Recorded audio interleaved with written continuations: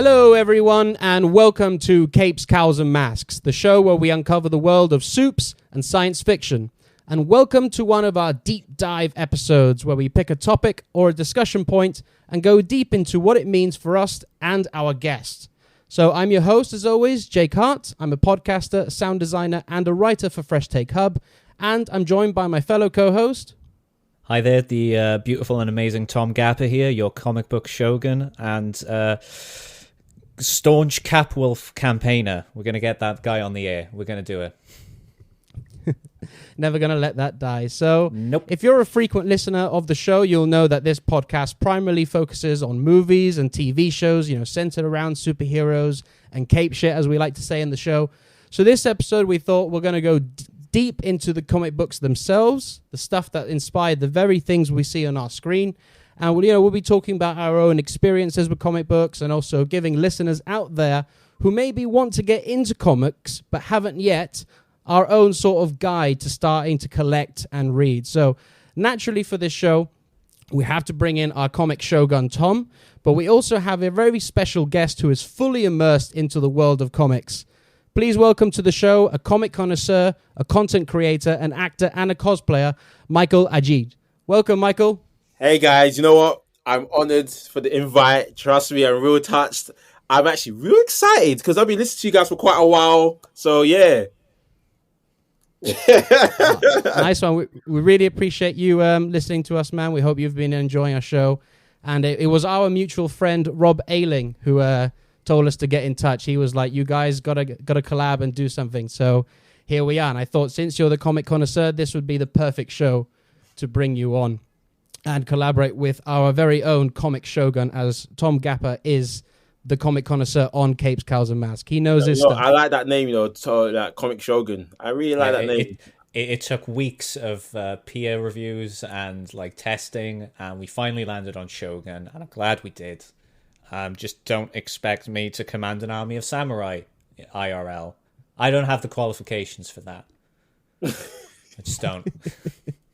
All right, so let's get into this. Like, Michael, I'll start with you. Like, why did you start collecting comics, and like, when did you start collecting comics? Is there a particular story? Were you introduced to the movies or TV shows first, or the cartoons, or were you straight in with the books? Okay, I started with Christopher Reeve, Superman. Young age, let's say 7 age. I was 7, yeah. And me, I'm dyslexic, so all I can resonate is just watching Superman. I was just marveled by just him flying around, doing all this stuff in the movie. So now, on a Sunday, I remember my mom gave me money to go and get her some stuff from the corner shop. So, being a little kid I am, just go and get my mom some of the stuff, like the onions, the plum peel, tomatoes and stuff. But in this newsagents, it had a Superman comic. And I just wanted it. And I said to the shopkeeper, is it possible that I can have that comic and I'll give you the money later on during the week because I'll come here regularly? And he goes, yeah, why not? Gave it to me. I swear to you, that comic, I went backwards and forwards just looking at the pictures. I couldn't read, so I was just looking at the pictures. And I was so engaged with the pictures because I saw Superman. He's punching, he's flying, he's doing all this stuff.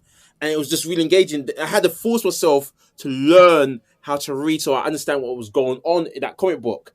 Then once I learned what was going on, I just wanted more comics. Now I've got a collection of 41,000 comics. Wow, that's some story right there. So in a way, comics taught you how to read, which is just fantastic. Like, Tom, do you have a particular story where you were like, now I'm going to start collecting comics? Were you introduced to the films first as well? Yeah, I mean, like my sort of origin into my secret origin of delving into comics. There's several different moments in my life, like a couple of false starts, and then I finally got into it. And it was initially the Spider-Man films came out, Tobey Maguire. So I saw those, loved those, and then similar to Michael, actually, my parents gave me money to go to the shop to get some stuff. I noticed that they had Ultimate Spider-Man there, actually the first issue of Ultimate Spider-Man, and I was just like, well, I just got my pocket money as well, so yeah, I'm going to pick that up. And then I went there the next week and they had Ultimate X-Men. Now, I was probably about, I don't know, 9, 10 at the time, maybe possibly younger. I probably shouldn't have been reading Ultimate X-Men, but I was. And yeah, just unfortunately, the newsagents stopped selling comics, so that kind of fizzled out. And then it was a few years later, after like watching some more films and all that, funnily enough, it was playing the Deadpool video game when I was just like, Deadpool seems cool. I'm going to read some of his comics. And by some of them, I mean all of them. I basically read all of Rob Liefeld's run after like downloading them slightly illegally. Now, I'm usually a big detractor of Rob Liefeld, but his Deadpool was... It was great. And then that really like kicked everything off of me, because then I was just like, well, I kind of like Deadpool, and he's the character who's not taking himself seriously. So I wonder what the characters are like where the books are actually taking themselves seriously. And then that's how I just like started getting into comics more. Like I just kept looking up lists online of like, these are the comics you have to read if you're just getting started. These are like the seminal runs, the most important ones. So I started on Civil War by Mark Millar, which, as listeners of the show will know, is probably quite funny because I'm not actually a fan of Mark Millar. But yeah, I read through Civil War and I was like, this is so cool. And all these other characters are cool. Like Luke Cage is cool. Captain America's cool. Tony's cool. I need to read more of their comics. And so I picked up more of their comics. And then I'd be introduced into new characters like, whoa, Jessica Jones. This is amazing. Iron Fist. This is amazing. And it just like steamrolled from there. And then like eventually I was like, okay, Marvel's great. Let's go to DC. And yeah, and then just since then, I've become obsessed with comics. I read comics literally every single day now, without fail. Welcome to my world, Shogun. Welcome to my world. It's a good world to be in. It's a good world to be in. Yeah, I think I have a similar experience to you guys, you especially, Michael, with the news agency, because I come from Gibraltar, and back in Gibraltar, when I was like growing up, there's nothing to do with comic books at all. Like, it was severely frowned upon, like, you know, superheroes and stuff like that. You were seen as like the weird kid if you were into that sort of stuff. And for me, my first exposure to it was Batman the Animated Series. Like, as soon as I saw that, I was just thrown into the world of Gotham and the world of Batman. Used to watch it daily, like after school while eating dinner, you know, just like obsessed with it. Then at some point, I went into the news agency, and I was just getting something from like my parents or something, and there it was a Batman comic, and right next to a Superman comic. And very much like you, Mike, I went, yo, can I just get these? And I'll, you know, because I come here all the time, like, you know, it was the only news agency in all of Gibraltar that sold comics. Like, nowhere else did it. This was the only place. And then I remember getting £2 a week from my dad as pocket money, and that would buy me the 2 comics. And I had to make a choice. Am I going to buy Batman, Superman, X-Men, or Doctor Strange? Because those were weirdly the only titles they were bringing in. So that's why I also have such a fond memory of reading Doctor Strange and all those weird psychedelic artwork. And I'm just being like, oh my God. But for me, the thing that really kicked it off, which probably says a lot about my taste now, is that the first graphic novel I was given was The Killing Joke. Oh, yes. I know, yeah, yes. right? Must have been about like, I don't know, like 10 or 11, you know, getting to that sort of adolescent age of, you know, getting angsty and stuff like that. And I just watched like the Tim Burton Batman movies, and my dad was like, well, I found this in the library. Like, apparently it's inspired like the movies you watch. And after I read that, I was like, wait a second. Comics can be this? Comics can go really dark and adult, and you know, I had to sort of hide that as well at times. I was like, I don't think people should be seeing me reading this. So that's sort of my experience of comics, and maybe why a lot of my tastes now are so dark, because I was introduced to those dark concepts so early in my life. But Michael, why do you still collect comics now? Like, what is it about comics that keeps bringing you back every Wednesday to that store? So basically, the best way I can say that is, I see it as my Wednesday is my new weekend, is my new Saturday, if that makes any sense, because I know there's gonna be a stack of comics I'm gonna be reading, and it will help me forget that I'm going to work, or it help me forget if I had a rubbish day, or whatever it is. That's why I'm still reading. I'm still reading comics, because I like to keep up to date what's going on with the characters and currently right now, what's happening with them, because clearly it's still a forever green type of content that's still going on. Their lives are never ending, or there's some kind of renewal of their story, or there's a new angle that our writers found about this character they can write about, and it's just always takes my mind out of it. Like, for example, when Dan Slott done a Superior Spider-Man, I would never in a million years think that I would enjoy that, but I did, and I went on for 33 issues. Come on.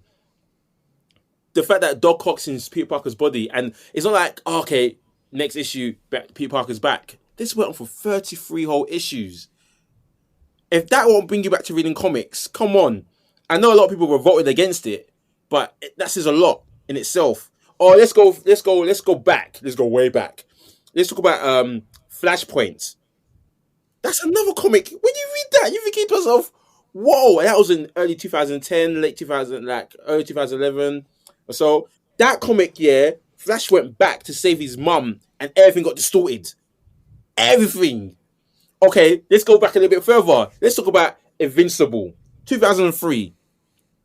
When I read that comic now, I thought this was going to be trash. My friend in the comic book store goes, look, Michael, read this. I reckon this is up your alley. I went, this is from, I don't usually get, why? Michael, just trust me. I went, okay, whatever. When I read that first issue, my eyes opened wide, and I went, where's the next issue due? Put that out to my standing order. Straight, I didn't even hesitate. You understand? Now, everyone's seen it, the TV series. Now everyone wants to know who's Omni-Man, who's this character, who's that character. Who's Bulletproof? When is he coming out? And obviously, for us readers, we are fully aware of what's going on. They only seen 12 issues. They only seen 8 episodes, but that's 12 issues. You understand? I like reading comic books because I have friends that come back to me and have conversations about these particular things. That's why I like continue reading it, because I feel like people that don't like comic books or they've seen an episode or something and it's caught their interest, I'm their go-to person to have these conversations with, where I thought, never in a million years I'll be sitting down with this particular chick and sitting down talking to her about comic books. It's a different time. It's a different time to what it was. No, I was going to say 20 years ago, but hell, even 10 years ago. Exactly. You wouldn't have thought it'd be cool to talk about comic books with girls. You know what I mean? Tom, what about yourself? Like, why do you keep going back to comics? Because they're just so good, man. I mean, it's like you both say, like, just like occasionally you read through some comics where you're like, yeah, this is all right, this is decent. But then you read another one which completely like blows your mind, and you're just like, holy shit. Like, it kind of like what you said, and you're just like, wait, comics can do this? Like, the first comic that truly blew my mind in that way was Annihilation. That whole series from Marvel, like, I fell in love with Richard Rider as Nova, like, so quickly, and just that, like, my whole, like, opinion on the Marvel cosmos is, like, based on Annihilation. And so, like, when they kind of were just, like, sort of shove all that away, and then you've got, like, Scott Adsit in charge of the Nova Corps and stuff, I was a bit like, basically when Bendis was in charge of the cosmic side, I was kind of like, eh. But then when they start bringing in things from Annihilation, I get excited again. And that's another great reason to stay into comics, is because, like, you might come across something which you love, and it disappears, and you're sad, but then it will appear again, and it'll always be done in a way where you're just like, holy shit, like, it's always just like, holy shit, Thanos is still alive, because of course he is, or just like, holy shit, Richard Rider is still alive. And, like, people make fun of it, because it's just like, no one stays dead in comics, except for Uncle Ben. True. Nothing Gwen's dead now, like, she's back. But yeah, it's just like, every time I think, like, I understand what comics can do and what they are, just something comes along and just blows it out of the water completely. And, like, that's before I even got into Grant Morrison. And since reading Grant Morrison, I am now of the opinion that comics are the greatest medium on the world, because they just are. I concur. I definitely concur with you there, bro. Bold statements from both of you, and which as a perfect segue into sort of what I want to discuss next. Like, Michael, for you, like, what do you think separates comics from other visual media like movies and TV? Like, for people who don't get it, if you're like pitching to them why what is different about this to seeing it on screen? Okay, your imagination does everything for you. You understand? Forget reading a book where you're reading Twilight or whatever BS there, or Harry Potter and stuff like that. When you're looking at a comic, they already got the visual aspect of what the character's doing and what they're saying. Your mind automatically makes the move, like the moving images come together. If that makes any type of sense, it's a storyboard come to life with a script written onto there. That's the best way I could depict it. Because look at it this way: how many times we've seen a film or a TV show use the same contents from what we read and deviated for it or put their own nuance to it? Why can't you just use what you just read? It's not wrong. There's nothing wrong with it, but they're always trying to differ from it some way, somehow. So comic books is the source. It's the actual source that opens your mind and everything to it. And even, let's put it this way: how many times you watched a movie or a TV show and they changed the particular scene or the bad guys or the superheroes' abilities? You think, why? Why? Because it only works for their particular narrative. Because it only works for TV or it works for film. Nah, G, it doesn't. Nah, you just chose to do that because you decided to be a dick. You get that a lot. I think a lot with costumes primarily is the big thing, isn't it? Where they go, oh, well, those costumes, they're not going to look good in the film. You know, they're all wacky and wooky. It won't work. And then I go, well, did you see Far From Home? They pulled off Mysterio. Like, if you can pull off Mysterio, it's anything's game right now. Do you know what I mean? To be fair, if you could pull off Mysterio, if you could pull off Vulture, because I remember Far From Home, when they mentioned, not Far From Home, Homecoming, when they mentioned Vulture, I was the first one, hands up, was cussing. I went, Vulture, out of all supervillains, Vulture, an old man with wings, nah, G, I couldn't see it. And I was cussing.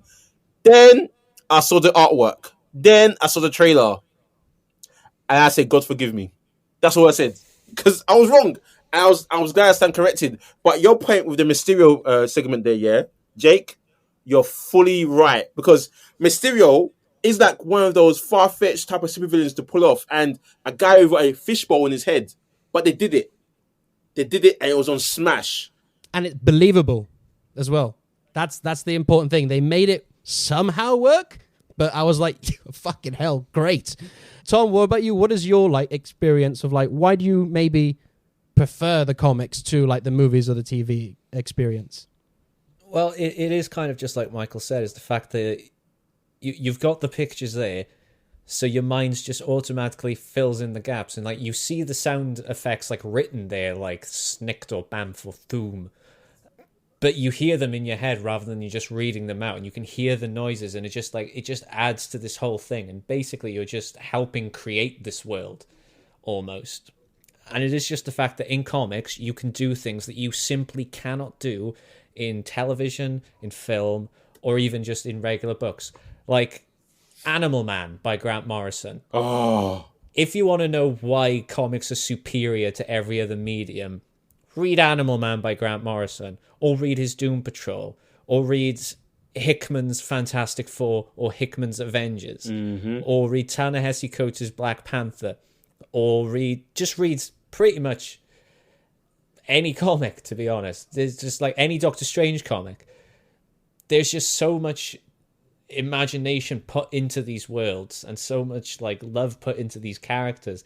Like reading any of Kirby and Lee's like Fantastic Four, reading The Coming of Galactus. I mean, it's just excuse the pun, but it's just a marvel to look at these things and to just read these things, because like it has the best of both worlds. It has the visual aids there, so you can see what's happening, you can see the emotions in the characters' faces and the awesome fight scenes, but you also get like what the characters are thinking and what's going on in the world around, like what is just happening overall. You get so much more detail than you would get from a film or a TV show, which kind of either has to like lazily explain everything to you or film it in a way that they hope that you'll somehow pick up on these nuances that the comic just outright gives you.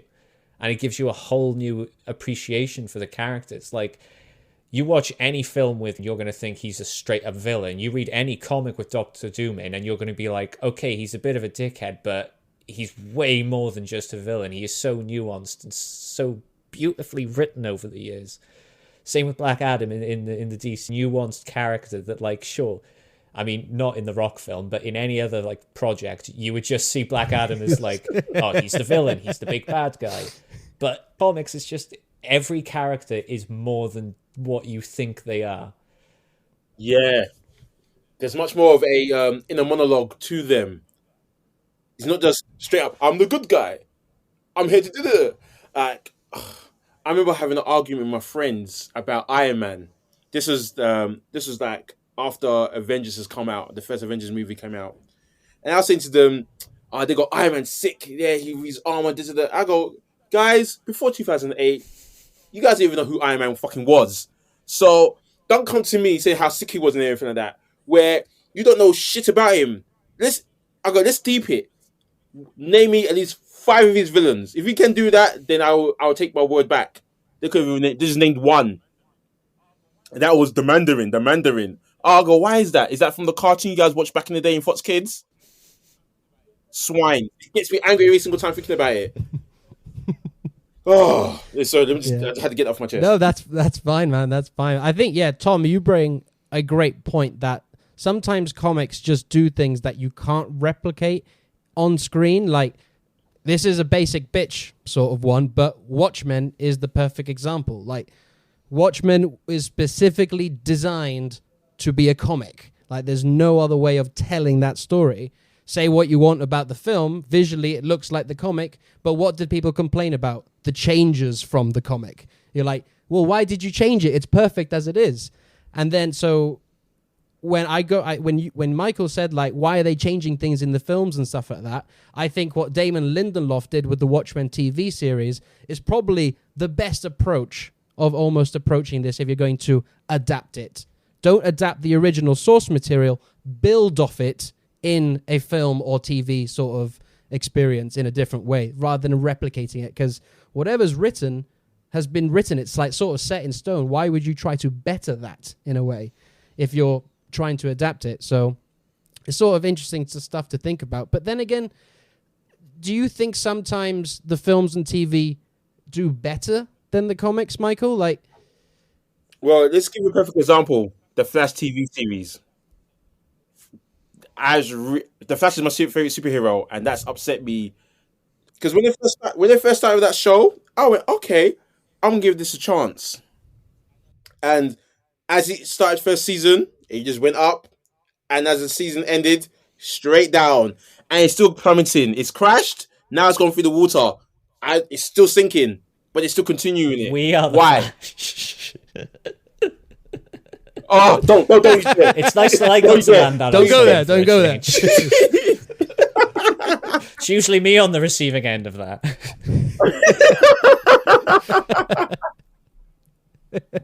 Oh, wow. I'll give you one, though. Like, I wouldn't say it's better than the source material, but I think it's improved upon it in certain ways, and that's The Boys. The Boys.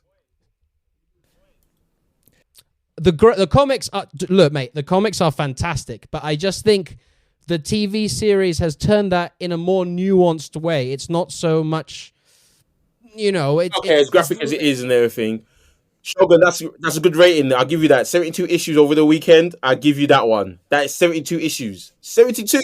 I was a changed man by the end of it. Like, by the end, I was just like, I have no hope for humanity anymore. That was just so grim. I have seen things that no one can understand. Blame Garth Ennis. Just blame him. Oh, I do, but it's weird because I love that man, but I also hate him because it's like I couldn't stop. I wanted to stop reading The Boys at several points, but I just could not stop. And then by the end of it, I was like, holy shit, there was an actual great story within this. And like the ending of The Boys is probably one of the best endings to any comic book series I've ever read.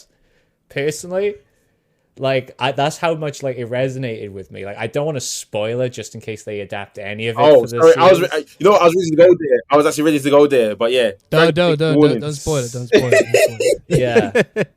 But just like, yeah, the way it ended in the comics, I was just like, oh, wow. So yeah, I hope the series does it justice, though I don't imagine they're going to do it one for one as the comics. Nah, they won't. They already, they deviated a lot already from there. But that was a good point you brought up there, Jake. I do agree. I agree ever so slightly. Ever so slightly. If there was a percentage, it'd be 41% agree, 49%. 51% agree, 49% disagree. I'll take that. I'm just mad and again, forgive the phrasing here. I'm just sad they shafted Love Sausage. Like, he's a quintessential character in the comics, and he was reduced to just like literally a dick couple of joke. frames of a joke. Yeah, like Ralph Boner. Oh. Let's not bring up some old wounds, shall we? I don't think it counts as a wound yet. It's just still healing.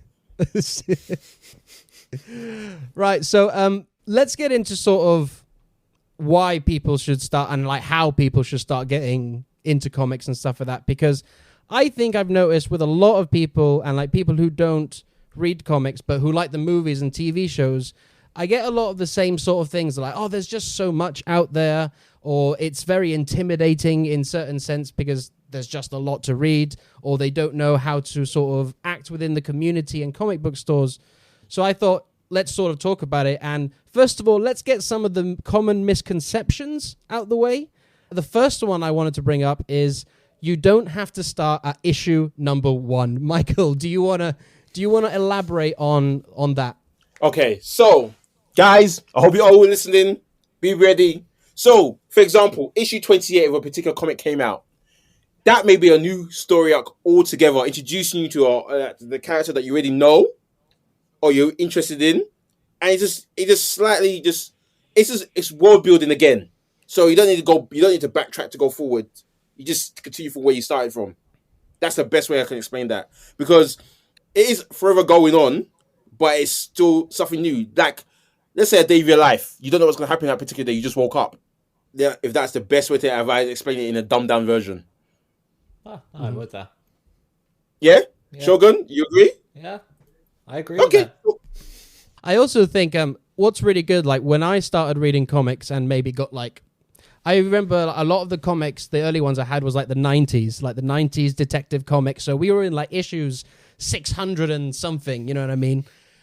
And like to me as a kid, I was like, whoa, there's like 600 of these out there? Like, so... and I always used to like, and they don't so much do it anymore, but like in the older comics, they would like say something and then you get a little asterisk and at the bottom of the page, see issue X for more elaboration on this story. And for me, that would be like, oh, fuck, there's more to this story. There's more stuff I can explore. And then that would incite me to actually go and find these other issues and find these other stories to see what they were talking about. So like, you can jump in at whatever issue, I think, because you're going to find something new and interesting to build on these characters, or even something that you already knew but want to expand upon in issues before or something like that. I'm not going to lie. That there was the most smartest thing they did in the comic book industry, because that made me spend more money on comics. Yeah. Definitely, because you're just like, wait, no, I need to know more about this particular thing now, and then you go into that particular like issue, and you're like, finally, I'll get the answers, and then there's another thing that says, oh, for more on this, see issue, so, and you're like, damn it, right? Trust me, like for example, like my cousin, he started reading The Flash now, yeah, and he goes, Michael, I need to get this comic. What is it about? I go, download the digital one. He goes, why? Because I've got the real one, and you're not touching that one. So I've got the whole collection of The Flash from 1985, Volume 2, to all the way ongoing to this time now. So wow. I remember me during lockdown. I got the. You know what, one. Shogun? Don't tell me where you live. Do not tell me where you live, because certain comics will go missing. Yeah, no. Maybe your whole collection. I don't know. I'm greedy like that. This is my prized possession. For those listening, it's the Flash of Two Worlds. For all of those who can't see it. Michael's just feeling that now. He's just like, damn. 1 minute, I'm gonna go. Michael, how did you get here? No, but it's just one of the things there is that when you have a collection and when you read a certain thing, it points out a particular comic, you think, oh yeah, I read the issue. I know what that's about. It makes you feel good about yourself, and you continue what you're reading and you go on that way. Or sometimes it gives you an asterisk to tell you what's going on, and it tells you to backtrack, and you may have forgotten. So you go back to that particular comic, and it re-enlightens you and blows your mind even further. You think to yourself, oh my God, wow. Like, I don't know, who's your favorite writer? Sorry guys, I know I'm just adding the question extra, but who's your favorite writer? Currently or in general? Yesterday, currently. Currently, I'd probably say Tom King. You read my mind. Sorry. Because there's that dude, man. Thing is, when I read Mr. Miracle, right? Yeah. That was one of the most emotional experiences I've ever had reading or watching anything. Whoa. Like, emotional. Honestly, like I was in a Waterstones cafe. Yeah. Right? I had some time before my shift started at work, so I thought I'll go there. I'll have a cup of coffee, and I've got my Mr. Miracle. I'll read it, and I got to the issue of the birth scene, right? And by the end of it, I was in tears. I was actually sobbing reading this, and then I had to check, and I was like, oh shit, I'm in the middle of a Waterstones cafe, pouring my eyes out over a Mr. Miracle comic. Okay. And from books. then on, I was like, you know what, Tom King, I will read from that moment. Even if I don't like it, I will still pick up everything you write because you've earned that. And also, obviously, the vision is spectacular as well. I'm going to change my one to Sean Murphy. Because, yes. White Knights. Curse of the White Knight and the first one. Oh my God. I like how he did that with Jack Napier or the Joker, for example. I liked how he went about it, how he made him look like, okay, he's just gone insane and he's suing the whole of Gotham for just taking advantage of someone that had mental illness, and he's taking his tablets and stuff. I was like, whoa. And he's even giving Joker a name. We didn't know his name, but he's giving Joker a name in this alternate reality. So Sean Murphy, and the fact that Sean Murphy not only just wrote the story and everything, he also added his art to it as well. It gave it, I liked how, I know it's an alternate reality or Elseworld story, but I liked how Batman was, Nightwing, Barbara Gordon, Jason Todd, like how we just meet these characters, and Curse of the White Knight as well. When we were Azrael, it's like, what was he thinking? And when you pitched this, his execution, it just left me wanting more. Every single time, every single issue that came out, I just wanted to get more. I just wanted to get it, just read it again. I think to myself, oh my God, this is so wicked. The covers of it was cool. The story was cool. The artwork was dope. And I always recommend it to other people. That's a fucking great pull there. What about you, Tom? What's your favorite? Apart from Grant, we know Grant Morrison's your favorite. Yeah, Grant Morrison is. Grant Morrison is. Yeah, Grant Morrison is. But if we're going like sort of more current writers, I gotta say it's probably a three-way tie between Tom Taylor, Jonathan Hickman, and Marvel's very own Grant Morrison, Al Ewing, who is just outstanding. Like, Al Ewing is just, I cannot put into words how outstanding his work is. His Ultimates was fantastic. Ultimates 2 was even better. And Immortal Hulk, as I've said before, is just it's just peak. It's just so good. Everything Al Ewing writes is golden. But it's how he's, okay, for example, I'm not a really big Hulk fan. Yes, I have a few Hulk comics with certain story arcs and stuff, what's going on. But Al Ewing, yeah, how he's gone about it with the Immortal Hulk, that's the first time ever in my life, I can tell you this now, I regret not collecting that comic from the beginning. Same. I was never a Hulk fan much. Like, I always kind of liked when he like showed up, when it's just like, oh shit, it's the Hulk, this is a big deal, because it's always like, yeah, Planet Hulk was great, World War Hulk was great, but other than that, he's never been on my radar of like favorite characters. And then it was just like when you could tell which pages of No Surrender Al Ewing was writing when they brought back Hulk, and then they were kind of like, he was teasing what was to come in his series, and straight away I was like, I'm loving this already. All of a sudden, I'm loving how the Hulk is written. Like, I'm feeling the fear of everyone when he shows up, whereas before it's just kind of like, oh, everyone is scared of him. Now it was like, I'm terrified of him. And just, it carries on in his series. It's just like, it's so beautifully done. And I think everyone should pick it up. If you're going to start in comics, that's how you should start, with Immortal Hulk. Oh wow! So that's what you can say, yeah. That's More what I'm Hulk people, say. yeah. There we go. We can end the podcast now. That's that done. Okay, cool. Thanks, guys. Bye. No, that's a great pull. I haven't read the whole series, but I have to agree. Like, Al Ewing's Immortal Hulk is chef's kiss. It's phenomenal, and obviously, as I always say, Alex Ross on the covers. I mean, come on. Oh, right. Come on. That's enough of a reason to get into comics. Alex Ross's artwork. It's read Kingdom Come, people. It's you get a whole comic of his artwork, and it's Mark Waid writing it. So I mean, it's in my pile. Mark Waid somewhere. was a good writer for The Flash as well. I loved these stories where he told of The Flash. Yeah, he was the one who made me love Wally West as the Flash, and Wally West is the one true Flash. Screw Barry Allen. You know what? I don't actually love you for that one. I will. You know, Shogun, if you were here in person, I'll give you a big tight hug and say yes. And I'd allow it because I've been I've vaccinated. I've seen your cosplays, Michael, on Twitter. I've seen you love Wally West. Right. Another misconception I think people have is that comic book shops are unfriendly places to go in. Oh?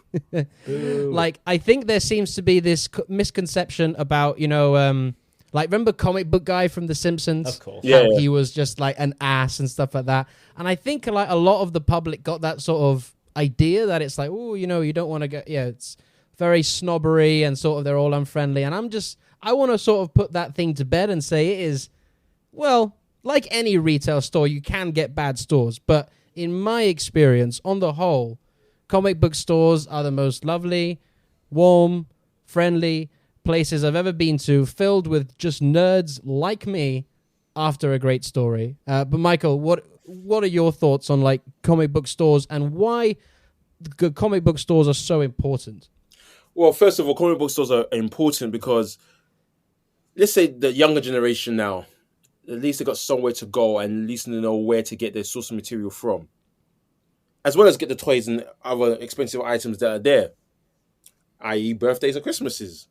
Hint, hint, wink, wink, guys. If you want, guys are going to get me anything there, you know where to go. Anyway, also, I disagree. It's the most friendliest place you can go to. Like, for example, you're just going, no one's going to be disturbing you. If you're unsure of something, you can ask someone. They will point it out to you. They're not going to cuss you. They're going to kick it out of the way. I'm not going to lie.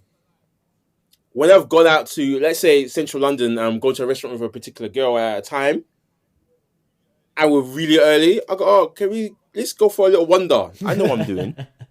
I know what I'm doing. You know where you're going. Yeah, I know where I'm going as well. And I'm taking to the comic book store. And I'm going to say, oh, this is a comic book store. Let's pop in. Like I didn't know it was there already.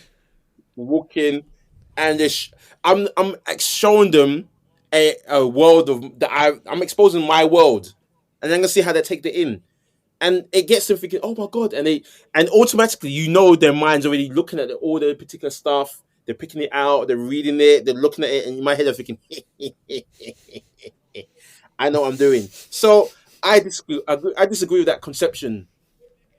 If they go with, I like to say, if they go with someone they know, maybe they feel more comfortable about it. But if you go on your own, no one's gonna be there to attack you or undermine you or make you look stupid. Trust me. I used to go to a lot of comic book stores. Go to Mega City Comics in Camden. Go to Gosh Comics in Soho. Go to the tourist place called Forbidden Planet in Covent Garden. Go to another one in there, Leicester Square. What's that called? It's called Orbital Comics. Yeah, I don't go there no more because I get my comics elsewhere. Or if you don't live in London, you live at the outskirts. There's Croydon. There's a Forbidden Planet there, as well as a place in space. they'd be more than happy to reach out to you guys and talk to you guys. And I just mentioned just 5 comic book stores already in the London area. There's a lot more. Trust me, guys.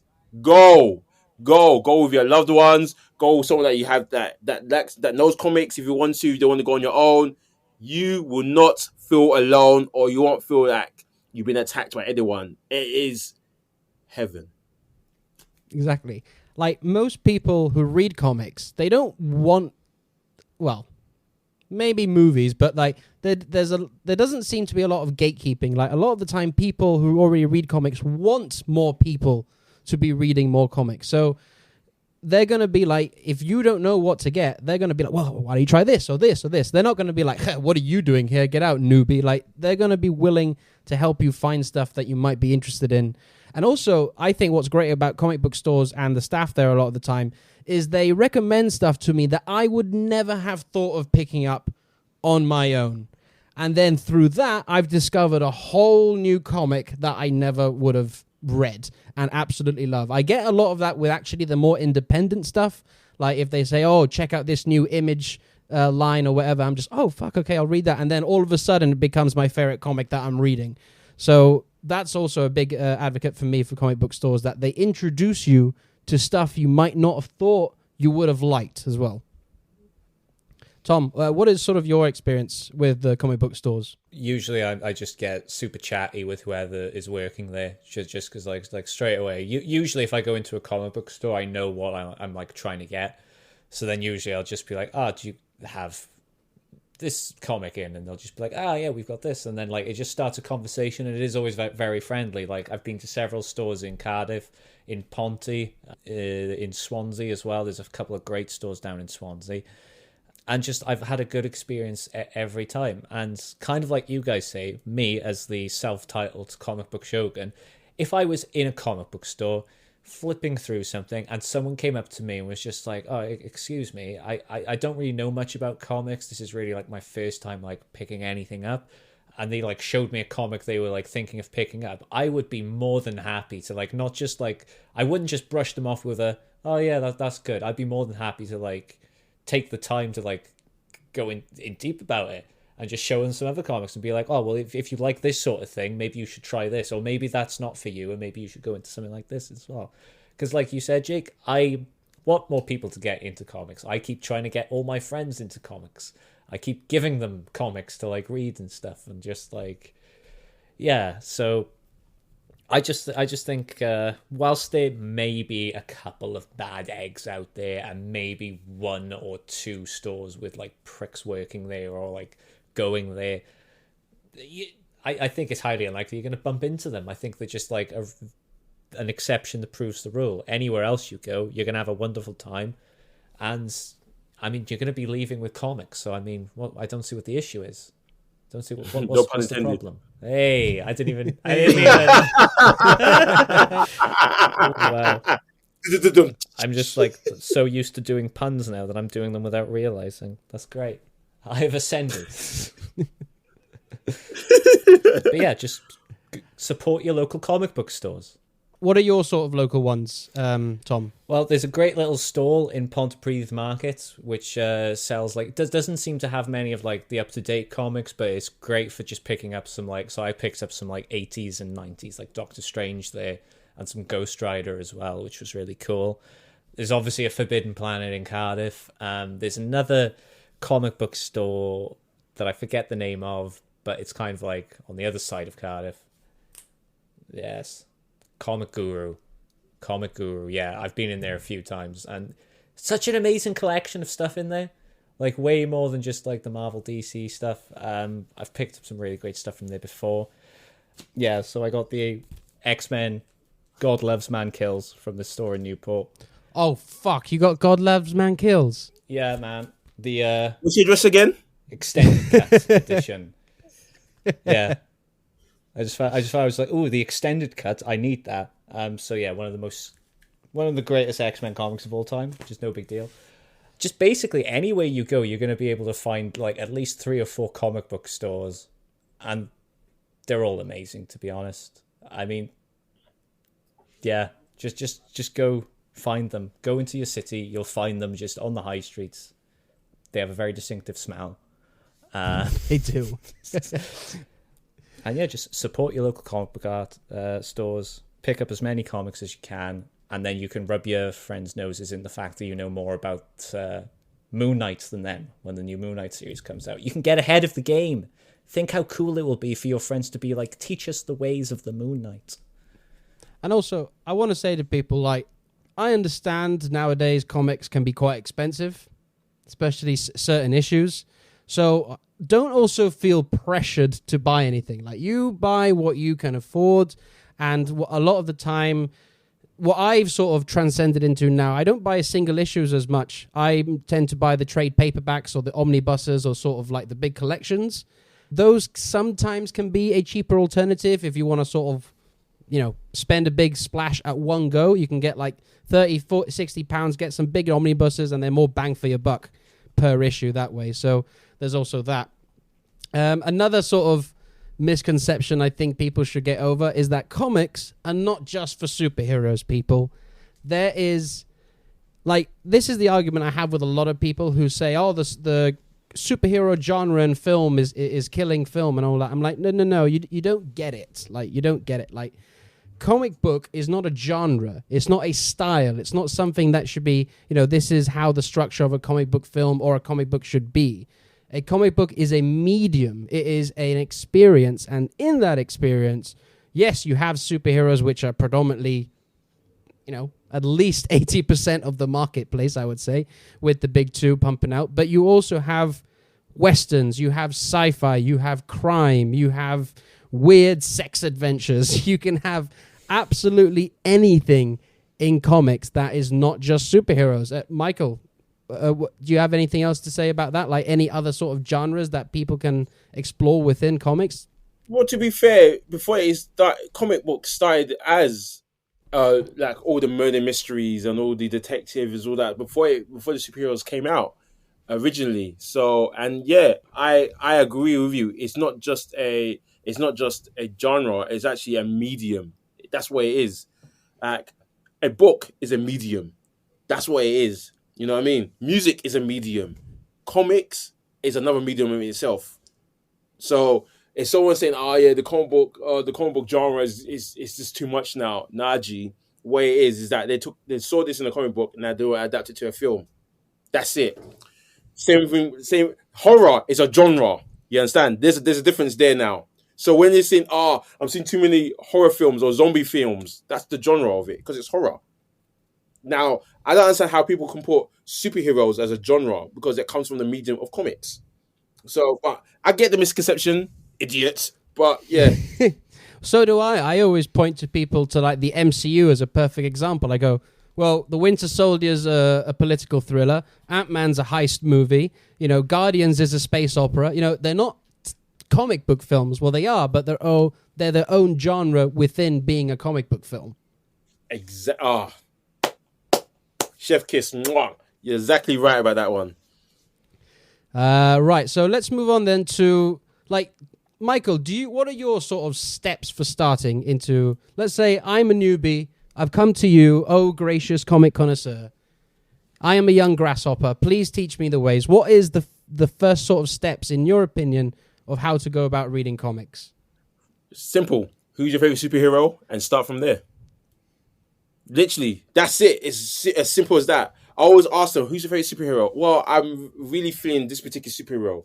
Oh, you like Spider-Man? Okay, that's great. Cool. Take you to the comic book store and I'll either just get you the first issue, no pun intended, as the first issue, not issue number one, the issue that it's actually started from or we're up to date with, and then read it from that, and they like it, then they can go back to backtrack if they want you to download it digitally or whatsoever. Or I could do a better one for them where I could just give them a stack of comic books to read about that particular character, so they can at least know the saga that happens. Like, for example, not saying they should read this one, the Clone Conspiracy, or yeah, that's definitely the worst one. Yeah, that's a sore issue around this podcast as well. That clone saga. They're interested. Michael, I saw Miles Morales. I want to know more about him. Great. Do you want? I can even go. So, do you want to backtrack, or do you want to continue reading from where he currently happened? Can I backtrack? Okay, download Comixology and start downloading those particular comics. And if you like the first 6 issues or so, continue reading and get a feel for it that way. But my main thing is, who's your favorite superhero? And if they don't have one, okay, then that's down for me to do my due diligence now. Try and find out more about them. Just ask them, what are you really into? I don't know. I go, you know what? Okay, cool. I hear what you're up to and everything. Do you used to watch Power Rangers back in the day? Yeah. What do you think of it? It was a great show. I remember it, nostalgia. Okay, cool. Here's Boom Studios version of Power Rangers. It's similar to what we know about it, but it goes much more in depth and it's a bit dark. Really? Yeah, it's more adult like, so it's not kids thing. It's not a kid like film. Okay, cool. They watch it. I mean, they read it. And if they like that, then they can go from there. They can make their own idea of what's going on, or where they want to collect, or where they want to go from to read, or can come back to me and ask me something again, which I'll be more than happy to help them. But the starting point is always trying to find out who you're interested in, or if you don't know it, just try to delve in more. You agree, Shogun?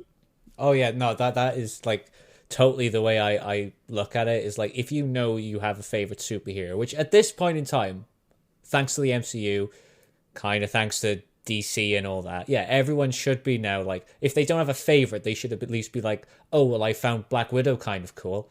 Well, then here's a bunch of Black Widow comics that you can read, and that is the best way. Find a character that you like, that you resonate with, and just okay. So for example, when I was starting to get into DC, I noticed that I was really liking Green Lantern.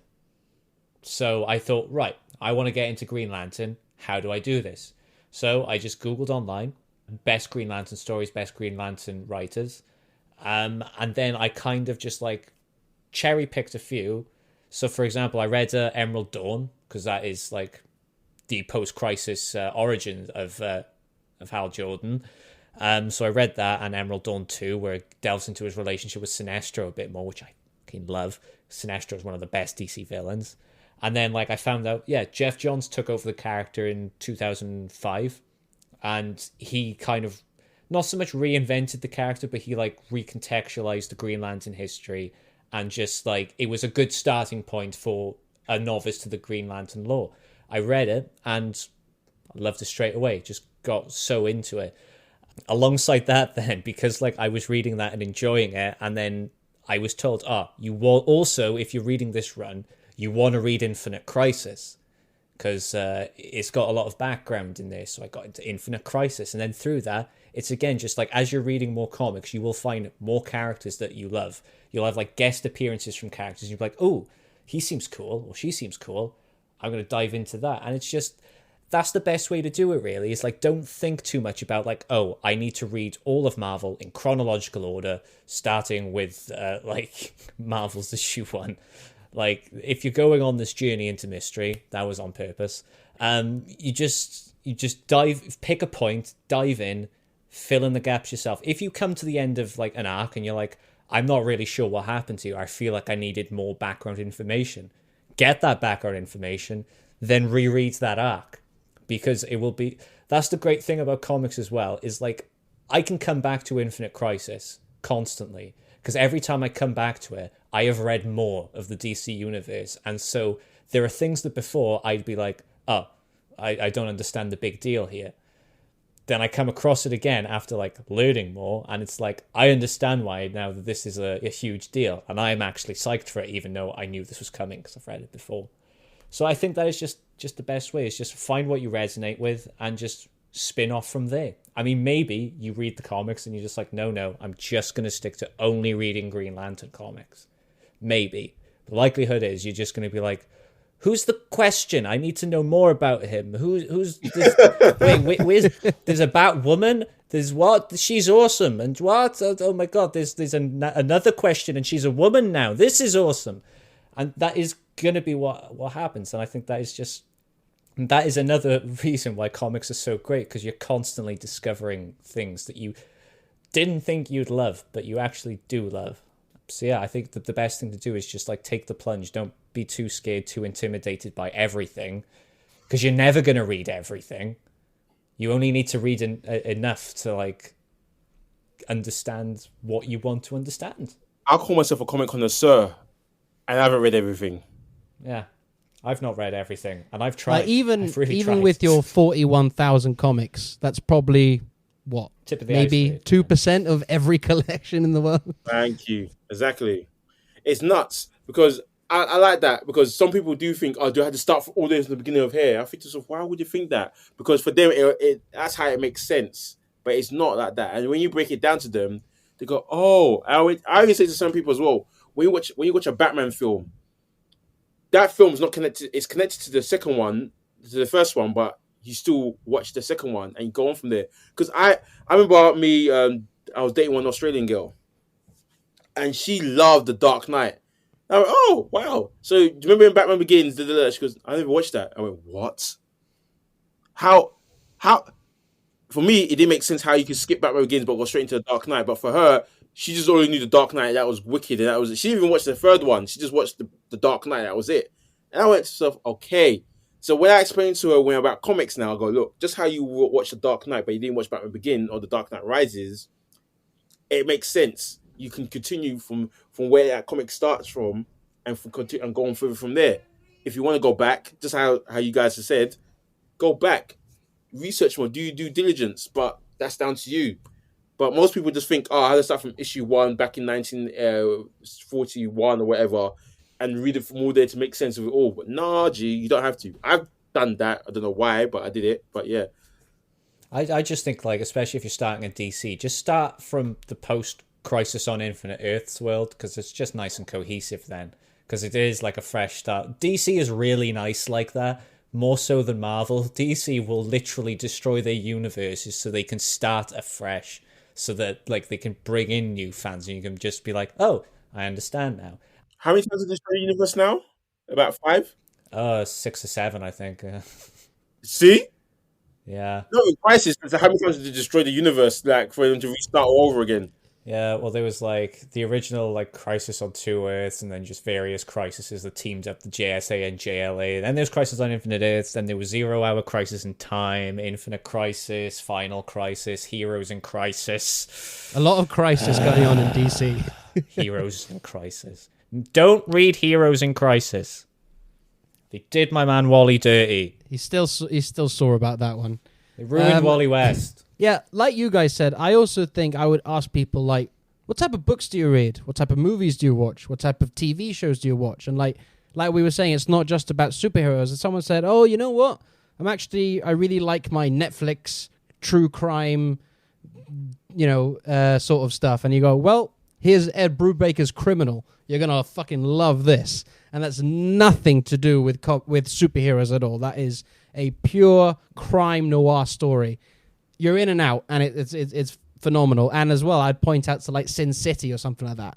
Or someone says, you know what, I really like Lord of the Rings and Harry Potter and fantasy. I said, well, you've got to read Saga. In fact, every person on the planet should be reading Saga, because it is, like you say, Tom, about the Immortal Hulk being the best comic title in 21st century. I'm going to give that title to Saga by Brian K. Vaughan, because I think that shit is phenomenal in every sense. And that, again, it's not superheroes. It's just this weird fantasy space opera love story. And it will make you cry, and it will make you laugh in the best way possible. And also, if we're recommending like some crime or like true crime or noir books, Marcus Ako's 118, was it 1-800 Call the Killer? Killer Guy, yeah. 1-800 Killer Guy. Yeah.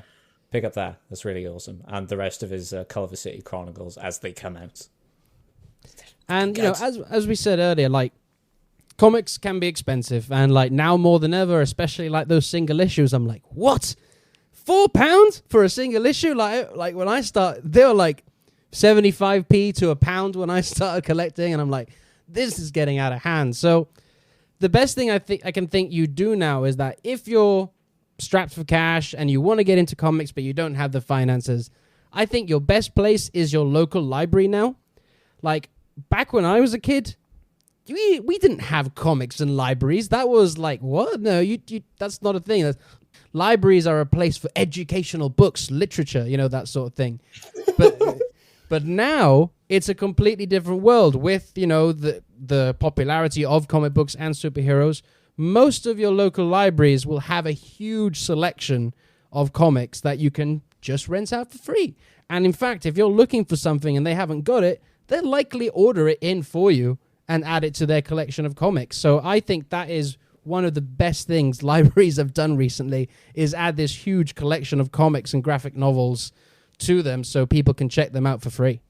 Yeah. I will second that by even saying get Marvel Unlimited, because that's like, what, is it a month or 3 months free? Can you get that in the UK? I thought that was US only. I thought you can get in the UK, Marvel Unlimited. Did not know that. I thought it was US only. I think you can. At least you can get the app from the App Store. Yeah. Yeah. At the very least. Well, yeah, Marvel Unlimited, definitely. That's something that you can definitely get. What I'm saying it is, anyway. And they give you some kind of offer for the first 3 months. It's free, so you can just rinse out as many comics you can that's Marvel related on there, and you can just enjoy it and just delve and just dig from there. So that's something that I recommend. Any for you, Tom? I'm personally, if you know someone who owns a lot of comics, they'll likely just lend them to you. I will lend my comics to, well, not anyone. I need to know I can trust them with my babies. But yeah, I will always have, if someone was just if my housemate one day decided to go, you know what, I'd really like to get into the Batman comics. I'd take all the Batman comics that I bought off Jake, and I would just dump them on his bed and be like, read these, you bastard, read them. So yeah, that's always a good thing. Just find your nerdiest friends. They're bound to have some comics you can borrow, again, if you're strapped for cash. Yeah, I think that those are really the best ways that we can probably legally talk about on the show. Look, we all get really broke sometimes. Look, people they know what we mean. They know what we mean. But the fact is if you choose to do that, you just got to make sure that when you're not cash strapped, you do support your local comic book stores, and in turn support the comic book artists. So thank them for getting you through those rough times. I know I have. And you know what actually also saves you some money? What a lot of comic book stores do is that if you set up a poll list with them, they will usually give you some sort of discount because you're subscribed to them. I know my local gives me a 10% discount on all issues because I've got an ongoing poll list with them for certain issues. Okay. What I do, for example, I have a few friends that when they're interested in comics, I go buy a bunch online. This is with replacing space.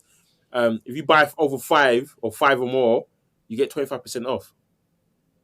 That is amazing for me. I was like, whoa.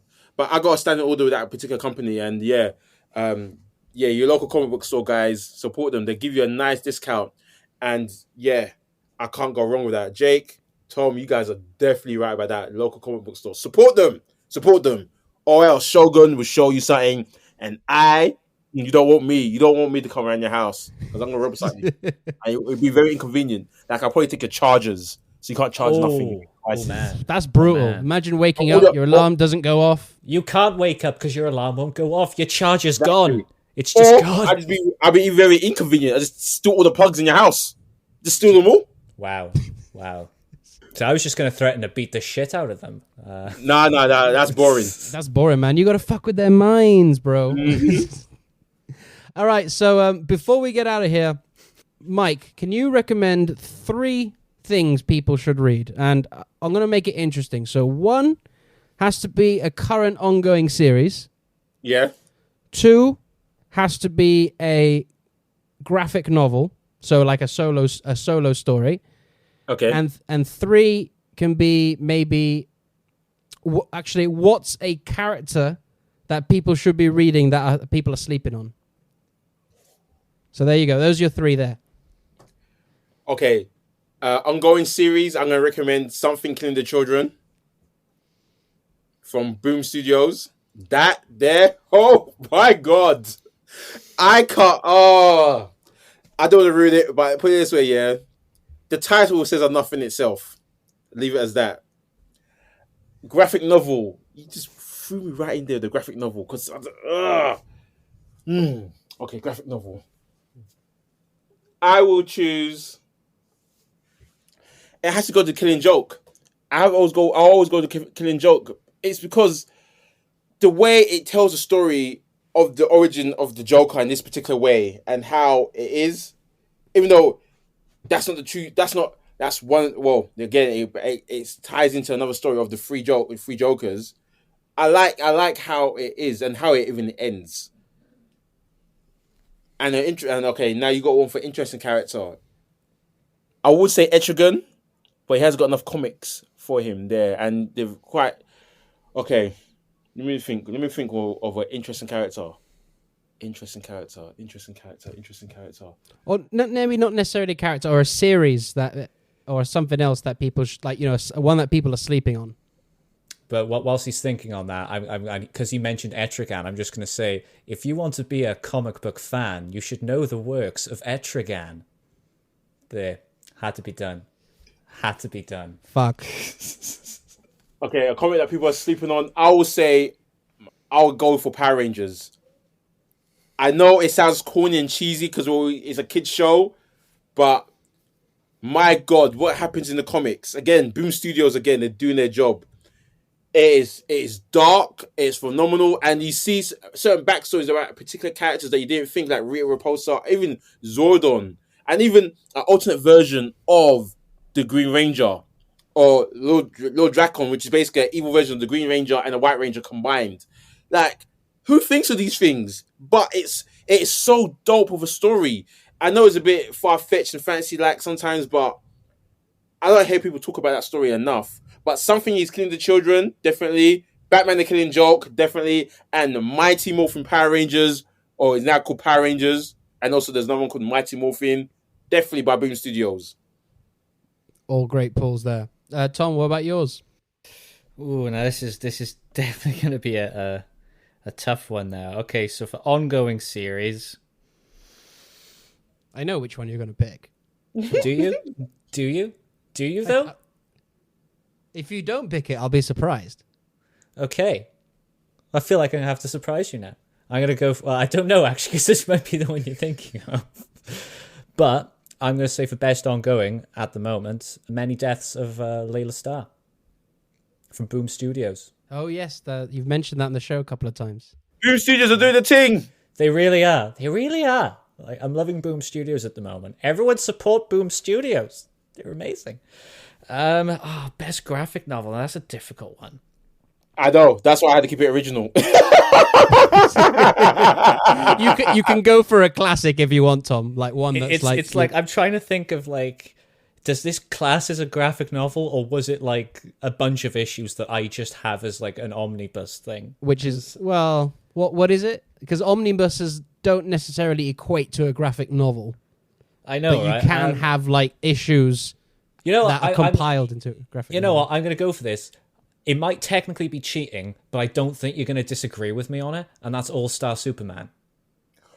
If like it's the Superman. It's the story. Superman story for me. Yeah. Yeah, just 100%. I'm smiling, guys. Those are listening. I'm smiling. He is, and it's beautiful. And then for what was the third one? So character everyone is sleeping on. Yeah, or a series. Yeah. Probably The Question. I feel like not enough people are into The Question. Bugger, got mine. Yeah, not enough people are into The Question, and he's amazing. The Death of Vic Sage. Death of Vic Sage is fucking amazing. Denny O'Neil's like run post-Crisis was just some of the best comics I've ever read, and Renee Montoya's time as The Question was also fucking fantastic. So yeah, The Question. People are sleeping on him. Him, her, them, both. Let's see what I got. Ongoing Rorschach, because I think once again Tom King is doing stellar work, and especially if you're a fan of the HBO show, that ties into that as well. So if you're a fan of that, there's a good one to check out. Graphic novel, I'm going to cheat a bit as well, since you could compiled it into an omnibus. I'm going to go with Planetary. Like if the Planetary omnibus, like if you're into sci-fi weird shit, that's the thing for you. And you can get that. It's a complete story, just one big omnibus. That you'll be amazed of what comics can do with that. And then something that people should be checking out, Berserker, with Keanu Reeves. Yes. The Keanu Reeves. Oh yes, yes. You know what? I didn't even know. I didn't know how to pronounce that title because I was like, because I'm dyslexic, so I'm thinking, it's BR. And I was like, you know what? Forget it. But yeah, Berserker. Yeah. Thank you. Yeah. It's fucking awesome. It's metal as fuck, and it was also designed to be adapted. So I can't wait to see the movie of it as well. So yeah, those are my picks. Are they making it into a movie or a TV series? Both. Whoa. Yeah. Keanu Reeves will be in the movie. I think like the TV series is going to be like a spin-off or something. Berserkerverse. That's Wow. what we're getting. Wow. Netflix, man. Wow. Netflix got that money, man. Tell me about it. I know that much. Definitely. All right, so that's it. We're at the end of the show now. Michael, thank you so much for coming on the show, man. It's been an absolute blast having you on Geeking Out talking about comics. Thank you, guys. It's been a true honor. You know what? I would love to come back again. Like, seriously, because talking with you, Jake, Tom, like, for me, it didn't feel like as long as I thought it would be. Because I thought it would be like maybe like an hour and a half, 2 hours, but we spoke it's just underneath an hour. Bang! And it doesn't even feel like that. So those that are probably listening, you're in for a treat. Well, now you really got the treat now. You know what I mean? By the way. But yeah. But yeah, thank you guys for inviting me to come to your show. I'm truly honored and touched. Thank you. No worries, man. I'm sure we'll have you on the show very soon. We'll think of something to bring you back on. There's always something to talk about. Michael, where can the people listening be able to, like, if you want to, plug yourself and see where they can check you out online and what you're getting up to? Well, you can find me on my Instagram at MICHAELAJIH. That is name Michael Ajih. It's just my name. Or they can go on YouTube and type in Comic Connoisseur. And those are two places you can find me that way. Trust me, guys. You will see some of my material. I haven't made nothing new of recent due to the fact that I've got a job now. And that takes up most of my life. Being a manager, I didn't think it would be so hard and time consuming, but yeah, it is. But that's where they can find me, guys. Awesome stuff. Nice. Tom, yourself? As per usual, you can find me on Twitter at GapperBoy. That's GAPPERBOI.